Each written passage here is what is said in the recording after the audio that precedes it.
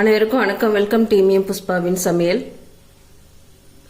முட்டை கார போண்டா செய்யலாங்க.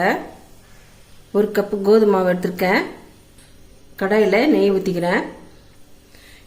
நெய் நல்லா உருகிடுது. கோதுமை மாவு சேர்த்துக்கிறேன். ஒரு ஸ்பூன் கடலை மாவு, ஒரு ஸ்பூன் பச்சரிசி மாவு சேர்த்துக்கிறேன். மாவு நல்லா வறுப்பட்டுதுங்க. இப்போ இறக்கிடலாம். வறுத்து வச்சிருக்கிற மாவை ஒரு பவுலில் போட்டுக்கிறேன். 1/4 ஸ்பூன் ஜீரகம் போட்டுக்கிறேன். ஒரு 2 வெங்காயம் பொடியாக கட் பண்ணி வச்சுருக்கேன். 3 பச்சை மிளகாய், கொத்தமல்லி, இஞ்சி சின்ன சின்னதாக கட் பண்ணி வச்சுருக்கேன். கருவேப்பிலை இந்த மாவில் சேர்த்துக்கலாம். வெங்காயத்தை சேர்த்துக்கிறேன். பச்சை மிளகாய் சேர்த்துக்கிறேன். கொத்தமல்லி போட்டுக்கிறேன். கருவேப்பிலையும் போட்டுக்கிறேன். இஞ்சி சின்ன சின்னதாக கட் பண்ணி போட்டுக்கிறேன்.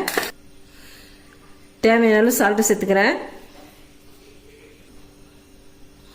ஒரு முட்டை உடச்சி ஊற்றிக்கிறேன்.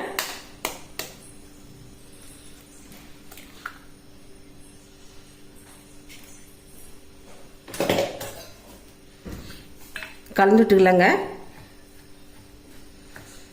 மாவு நல்லா கலந்துட்டாச்சு. கடாய் வச்சு ஆயில் ஊற்றிருக்குறேங்க. எண்ணெய் நல்லா சூடாகட்டும். சூடான பிறகு சிம்மில் வச்சுக்கலாம். தண்ணி தொட்டுக்கின்னு இதுமாரி மாவு எடுத்து போட்டுக்கலாம்.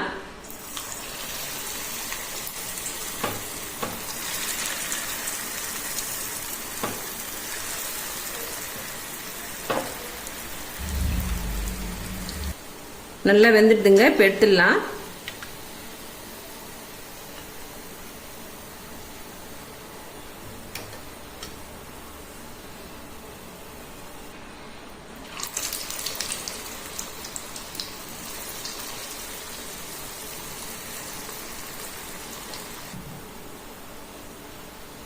இது மாதிரி நல்லா சவுந்து வந்த பிறகு எடுத்துடலாம்.